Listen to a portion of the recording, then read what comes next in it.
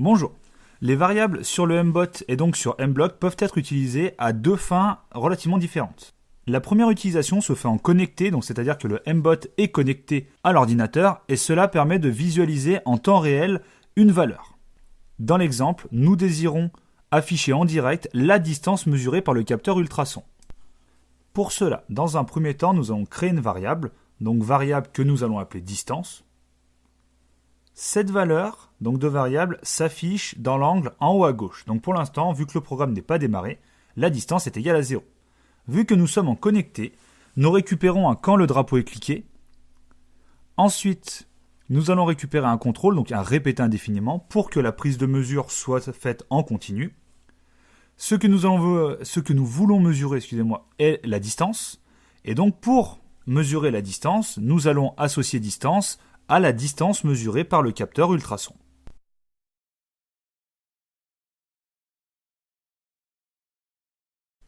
Ensuite, il suffit de mettre à jour ce programme et d'aller cliquer sur le petit drapeau vert afin de pouvoir démarrer, sachant que le mbot est toujours connecté avec l'ordinateur. La valeur de distance, à partir de ce moment-là, oscille. Donc elle a une valeur plus ou moins constante car il n'y a pas d'objet. Et ensuite, lorsqu'on rapproche un objet, donc une main ou n'importe un cahier comme dans l'exemple, la valeur diminue petit à petit. Si on renlève l'objet, la valeur réaugmente. Donc ce cas de figure-là est une première utilisation, je dirais, de variable. La variable est stockée dans distance et nous pouvons afficher la distance donc en temps réel. Notre deuxième utilisation de variable se fera de manière déconnectée, c'est-à-dire que nous allons demander au mbot de répéter plusieurs fois la même chose afin d'accrémenter une variable. Donc comme vous pouvez voir sur la vidéo, le mbot, une fois qu'on le démarre, il avance, il détecte un mur, il recule pendant 2 secondes, il compte 1, il avance, il détecte le mur, il recule, il détecte 2, il avance, il détecte le mur, il recule, il compte 3. Donc je lui ai dit à partir de 3, tourne sur toi-même. Donc au bout de 3, il tourne sur lui-même. Je lui demande de répéter cette valeur 5 fois et donc il s'arrête. Alors pour faire un programme tel que celui-ci, c'est relativement simple car il s'agit énormément de répétitions, d'où l'utilisation de la variable. Donc au début, nous créons une variable. Donc cette variable, nous allons l'appeler obstacle. Comme à chaque fois, nous allons commencer par un mbot générer le code, donc pour pouvoir le téléverser dans le mbot. Ensuite, nous allons chercher la condition de départ qui est attendre jusqu'à le bouton pressé, toujours pour avoir notre condition de départ. Ensuite, nous allons aller dans contrôle pour aller chercher un répété jusqu'à. Ce sera donc lui qui fera la répétition. Un opérateur, comme je dis, l'obstacle devrait être égal à 3. Donc on va aller chercher l'obstacle et nous allons mettre répéter jusqu'à obstacle égale 3. Donc ce que nous allons répéter. À l'intérieur, il va y avoir 2 cas de figure.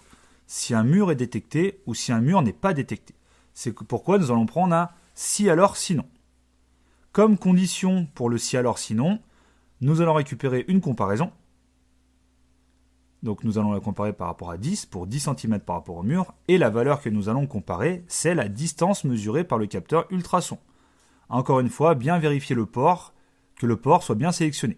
Dans le premier cas de figure, si la distance est inférieure à 10, nous allons prendre un avancé et nous allons le mettre en reculé et nous allons reculer à la vitesse 100. Donc nous le reculons à la vitesse 100 pendant 2 secondes. Donc comme vous avez pu le voir sur la vidéo. Donc le 1, nous le transformons en 2. Si ce n'est pas le cas, donc dans le sinon, nous allons prendre un avancé à la vitesse 100. Donc tant qu'on est au point détecté, nous avançons à la vitesse 100. Celui qui fait que nous sortirons de la boucle, c'est le reculé. Donc nous allons ajouter un obstacle dans le reculé, c'est-à-dire qu'à chaque fois que nous mesurerons une distance inférieure à 10, nous ajouterons 1. Donc quand la boucle arrivera à 3, nous sortirons du répété jusqu'à obstacle égale 3. On va mettre tourner à la vitesse 100, donc tourner à droite pour tourner relativement rapidement. Ensuite, je vais mettre mon répété 5 fois pour faire clignoter les LED, donc comme on a pu voir dessus. Donc pour les LED, c'est relativement simple. On régler les LED de la carte, on les met toutes. Donc on en prend 2, une fois pour allumer une LED, une fois pour allumer l'autre. Et une dernière en dessous pour pouvoir les éteindre en finalité. Dans le premier cas, je mets vert. Alors nous pourrions mettre absolument n'importe quelle couleur. Et dans la deuxième, je mets bleu. Entre celle-ci, je vais mettre une petite condition d'attente de 0,5 secondes pour donner l'impression que ça clignote relativement rapidement. On aurait pu mettre 1, 2, 3 secondes, c'était relativement, je dirais, c'est libre, c'est même totalement libre, donc 0,5 fois pour que ce soit quand même pour que ce soit complètement rapide. Quand nous avons fini notre répété 5 fois, donc quand nous sortons, nous éteignons la LED. Et enfin, il faut que nous arrêtions de tourner. Donc nous terminons avec le tourner à droite. Voilà le programme pour réaliser voilà le programme pour faire bouger le M-Bot comme dans la vidéo.